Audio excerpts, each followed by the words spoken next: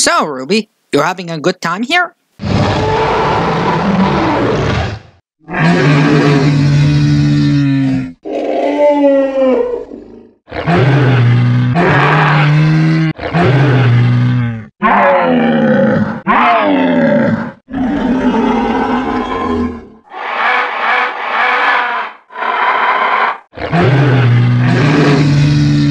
Girls, you do know the carnivores here live by synthetic meat, right?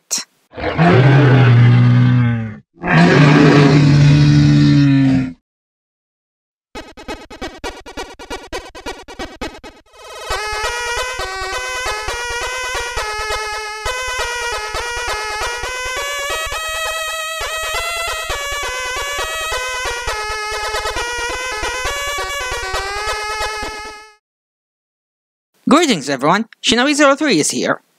And you know the drill already, let's just get into it.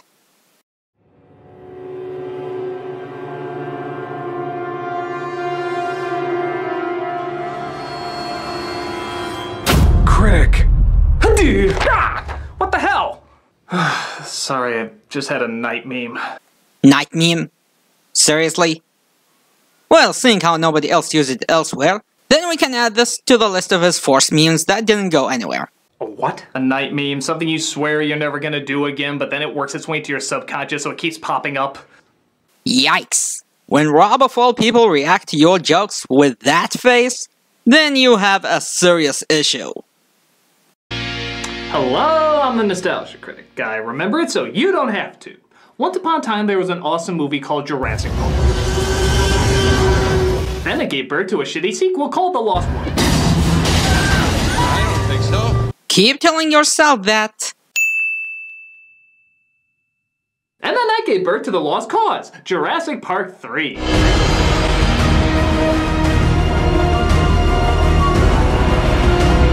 This is the one that many people consider to be the absolute worst of the series. But is it really the worst? I mean, don't get me wrong, it's a bad movie. It's a complete waste of time. But in a strange way, it kind of knows it's a waste of time. So it doesn't even try to be anything big and massive like its predecessors. On the one hand, it's kind of refreshing, as it's only an hour and a half long instead of 2.5 hours, and most of the time is focused on the dinosaur chases and not annoying characters. Ben! Well, I said most. But does that mean the movie should be hated more or less? Actually, here's an unusual statement. He's not entirely wrong. It's kind of like punishing a child for doing nothing wrong, but the punishment is so ridiculously lenient that it's obvious the child isn't going to learn his lesson. No, hold on. You lost me there with the child punishment metaphor. What's more tragic, the child wrongfully being punished or the parent not giving a crap if the punishment's effective? Let's finish off this trilogy. 60 million years in the sucking. This is Jurassic Park 3. Another lame 65 million year pun? Man, you're in your top game today. Let's go back a bit and talk about his description of the movie. Like I said, he's not far off with his opinion. Now, I'm not going to lie here. Jurassic Park 3 is indeed my least favorite of the franchise and the weakest of the series. The movie is such a downgrade, it would fit more in the direct-to-video department, or in these days, straight to Netflix. If we would compare to current day video games, The Lost World would be the main game and JP3 would be the DLC expansion. Behind the scenes, the movie was a mess. It was the first movie of the franchise to not be based on a Michael Crichton book, so right off the bat, they didn't have a clear idea on what they wanted to do with it. This was the first movie to not have Steven Spielberg in the director's chair, and instead we got Joe Johnston. To his credit, the guy does have quite the resume. He was the art director and effect artist of the original Star Wars trilogy, along with Raiders of the Lost Ark. He directed Honey, I Shrunk the Kids, The Rocketeer, The Pagemaster, and Jumanji. And after Jurassic Park 3, he went to direct Captain America: The First Avenger. So the man already made successful movies before and after this movie. Going back to JP3, this movie was also the first to not have David Cope, who wrote the screenplay of the previous two entries, and it's the first movie to not have John Williams as the composer, making it like the odd sheep of the bunch. The change of the production was only the beginning though. The script went through several rewrites and several titles before settling for Jurassic Park 3. One of the earlier scripts was to have Ian Malcolm return to the lead role, but Jeff Goldblum had to step down due to leg injury. A change many agreed with since it would make his character boring if overused, and they went with bringing Sam Neill back as Alan Grant. Another sign of the writers not knowing what they wanted to do is the new big bad dinosaur. Originally, they wanted a baryonyx, but they later settled with the Spinosaurus as the Tyrannosaurus replacement, with several scenes involving it rewritten for several reasons that we covered in previous episodes. Even if we ignore the behind-the-scenes stuff, the final product is still underwhelming and full of problems. The first problem is the plot of the movie. Saving someone stranded on the island only to get stranded later on. We already did it with The Lost World, so right from the start, this is not original for the franchise. The human characters are a downgrade. We went from scientists, to hunters, to environmentalists, to corrupt businessmen, to saboteurs, and now to your average everyday people. Or tourists, as Grant would put it. They're not interesting, and their dull acting doesn't make them any better. Yes, but I did not tell you to kidnap someone. The movie doesn't have a real conflict other than escaping the island. Jurassic Park had bringing the system back online and the theft of the embryos. The Lost World had shipping dinosaurs off the island. Jurassic World had the safety of the park at stake. And Fallen Kingdom was exploiting the dinosaurs and releasing a dangerous living weapon to the world. All this makes JP3 pale in comparison, which had not getting eaten by the Spinosaurs and returning the raptor eggs.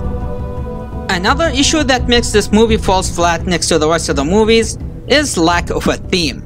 Or if there is one, then it wasn't clear enough. Jurassic Park, man playing God and the danger of uncontrolled science. The Lost World, a commentary on extreme environmentalists and repeated mistakes.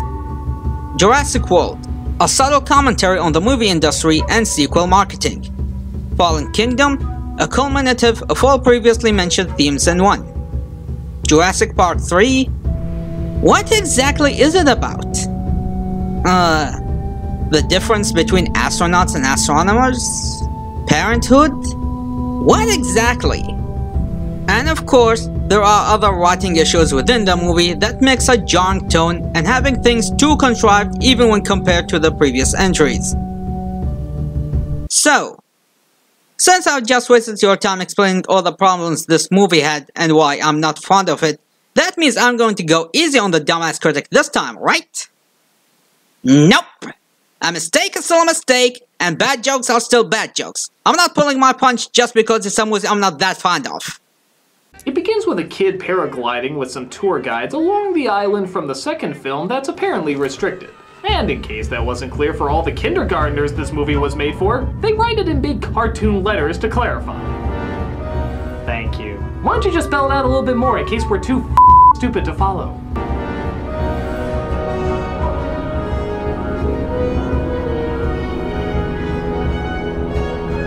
What exactly is the issue here? There's a 4-year gap between this movie and the one before it, so obviously some development did occur during this period and it was necessary to point it out. Unless you wanted a forced expositionary line by a random character or something. My name is Julie. My mother's name was Susan. She was killed in a car accident with my father and they're both dead. And the award for worst exposition ever to be uttered in a movie is... The Next Karate Kid!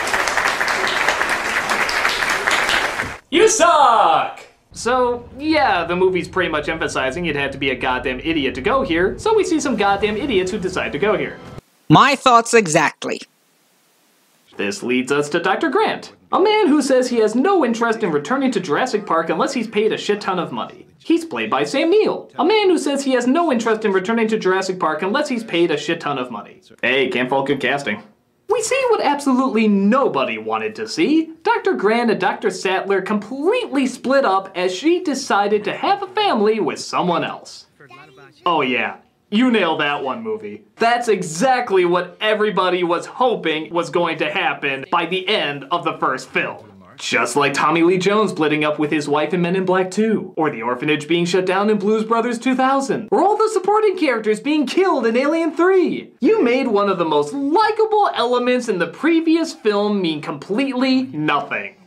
Why don't you just write a big sign at the ending of the first movie saying, "You don't like this. You don't want to see this go anywhere. Do not focus on the heartwarming moment we're intentionally focusing on." Bullshit. Okay, this is going to be complicated. While this movie doesn't follow a specific novel, most of it is carried from the two novels, making it a product based on leftover material that wasn't adapted to their respective adaptations. Sattler not marrying Grant? That's right, that's how it went in the novels. Ignoring the fact that there was an age gap between the two, and Sattler was Grant's student and assistant, she was already engaged to a physicist from Berkeley named Dr. Rayman. Not that Rayman! And in the Lost World, it was revealed that she did indeed marry him and had 2 children, just like in this movie. So, I'm not sure if you could blame the writers for that one when it was already established in the lore.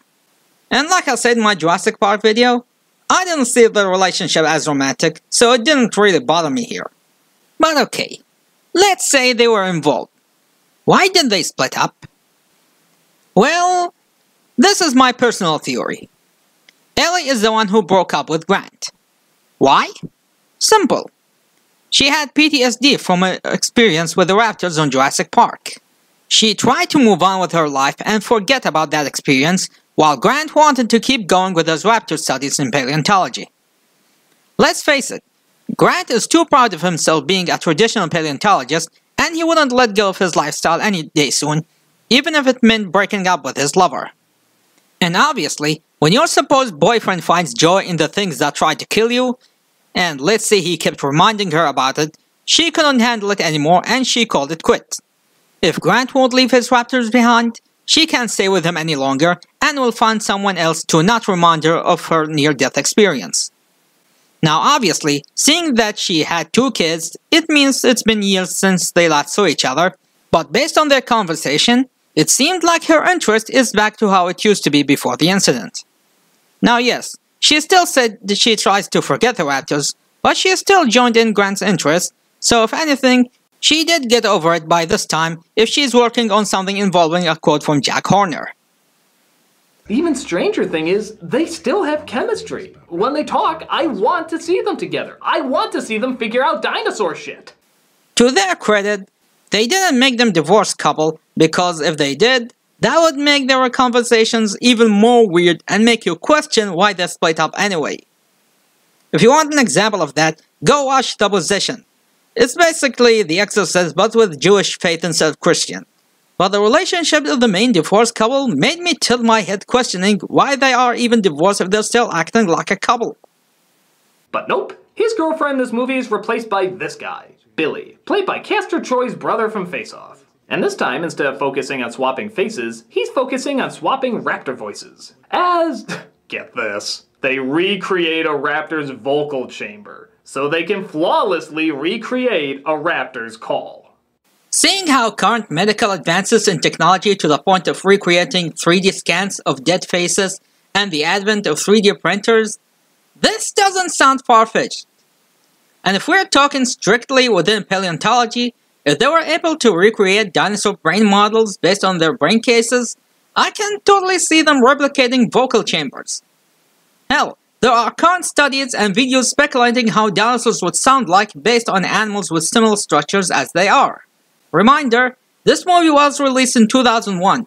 It might have been ahead of its time in these studies. Listen to this.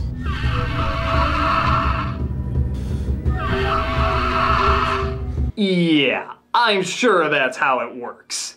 Hey look, I have the vocal chambers of Keanu Reeves. Whoa. Bogus. Somebody put me in a good movie. Yeah, I'm with him on this one. I don't think it's supposed to work that way. Especially that they're scanning the skull and not the throat. Also, John Wick says hi. But it comes too late, as Dr. Grant has to go from fundraiser to try and raise money to continue his digging work. Does anyone have a question? Does anyone have a question that does not relate to Jurassic Park? Hey, it's like the real Sam Neill at a comic convention. Now that I go to conventions, I now understand this joke. Isn't all this conjecture kind of moot? Once the UN in Costa Rica and everyone decides how to handle that second island. What John Hammond did at Jurassic Park is create genetically engineered theme park monsters. You wouldn't want to get onto Isla Sorna and study them if you had the chance? No force on earth or heaven could get me on that island. That's right. No force on heaven or earth could possibly get him on that island. Except for the exact same thing that got him there in the first one. I could write all kinds of numbers on this check, Dr. Grant. A legit note that I also agreed with. So I have to point out that Critic got his scenes the other way around. It was the lecture scene that came first, and then the digging site scene next, and that is when Grant found out they really do need the money, and he would regret his choice of words he made back there. This expedition is run by Paul Pussy and Amanda Pussy, played by William H. Macy and Taya Leone, who tell Dr. Grant they want to explore Isle La Sequel on a plane for their anniversary. We will get to talk more about them, but I'm not arguing his choice of words because they are terrible. And because this movie is just eager to get itself over with, he blindly agrees. But he can't help but feel something terrible lies in the future.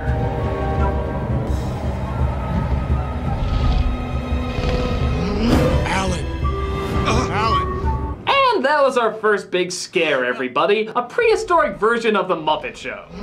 Alan. Fail. I'm sorry, I don't care at what strategic point you put it or in what area you have it pop out, there is no way a dinosaur saying Alan is ever going to be scary. This... yeah... While I did try to give my half-assed attempt at explaining this moment... Jack, say my name. Is my name Alan? Is my name Alan? He used to know me. Alan. Is my name Alan? Alan. Is my name Alan? Alan. He used to know me. This is also quite an infamous moment that really solidified the tone of this movie and what to expect from it. It also doesn't make sense because they're not using the model from the first Jurassic Park movie out of laziness, so it makes this a weird case of Jamai view that you don't know what they really wanted out of this. Man, it feels like I'm agreeing with him the more this review is going. Could it be that this episode is actually good and all I'm doing are pointless nitpicks? Alan. No, hold on. It went back to the suckage again. Alan. Alan. Alan. Alan. Alan. The usual Critic tactic. Find one silly moment from the movie and he will beat the dead horse out of it. Hello? Oh, by the way, remember last time when I talked about joking about the death of real-life people and how you should never do it no matter what the intent? Well, enjoy this now super awkward, super unfunny, super unsettling joke here. Hello, is this Nostalgia Critic? Yeah? This is the St. Joseph Hospital. I regret to inform you that your mother has just passed away. What? Yes, she died last night peacefully in her sleep. God, I didn't even know she was sick. She wanted to keep it from you. She knew how busy you were and didn't want to interrupt your work. Sweet Jesus. She fought hard. She put up a good fight. But in the end, there's simply nothing we can do. I'm sorry, son. What? Did she leave any final words? As a matter of fact, she did. Well, what were they? It was one single solitary word. Well, what was it, please? All right. Are you listening? Yeah. Are you listening? Yeah. Are you listening? Yeah. Are you listening? Yeah. All right. Here is her final word. Alan. I hate this dare! Really?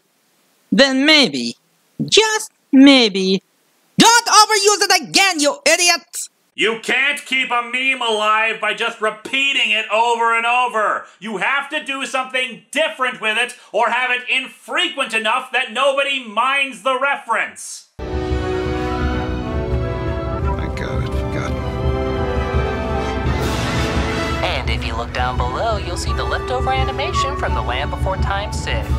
Oh, I mean, don't they look real? Wow. Was going to make a Land Before Time joke here, but then again, I only saw the first 2 movies, so I got nothing. However, when they look for a place to land, Dr. Grant urges them not to, but gets knocked out. When he wakes up, he finds out that the whole point of this journey wasn't to just go sightseeing, but to bring back their son who got lost while paragliding. They also have little to no money, are currently divorced, and really enjoy unknowingly shouting their son's name. Eric! Eric! Eric! Eric! Eric! Eric! Eric! Do you think this island is the police office from Home Alone? I don't think you can just randomly find someone by shouting across the room. I did mention these are the worst characters, right? Will you tell your wife to stop making that noise? That is a very, very bad idea. Dr. Grant said that's a bad idea. What's a bad idea? What was that? George of the Jungle. What do you think? Seeing how there are multiple versions of George of the Jungle, you need to be more specific. So much for all these BFGs they teased us in the movie. Actually, come to think of it, have you noticed that these movies until Jurassic World were very shy of showing us gun action on screen? Yeah, if you go back and watch the original trilogy, they don't show us any actual gun firing, while in the same time the only shots fired are the non-lethal ones, and this really annoyed me.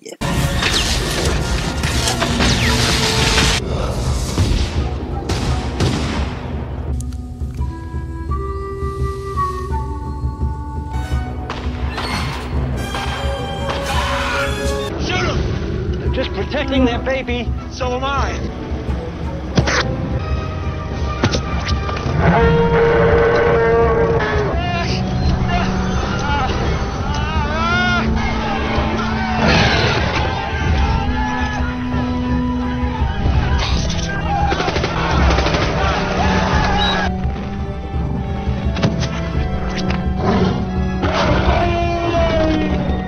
Hey, what the hell you think you're doing?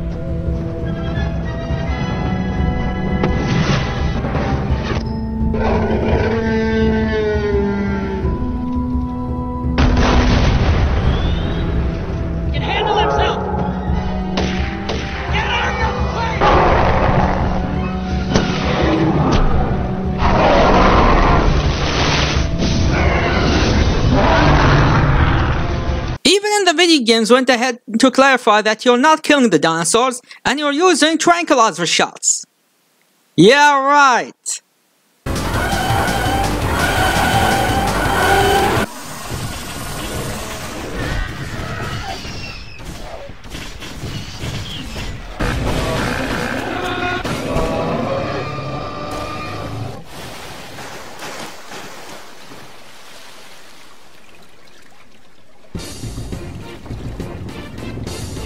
And mind you, this movie was in 2011, 1 year before the edited E.T. release that replaced the guns with walkie-talkies. But seriously, did they really have problems with guns in this franchise? It's kind of silly. So as our team is clearly wondering why the hell they didn't bring a helicopter, seeing how they don't need a runway. I'd say it's for their show of being wealthy and wanted to show off by using a fancy jet instead of a cheap-looking helicopter.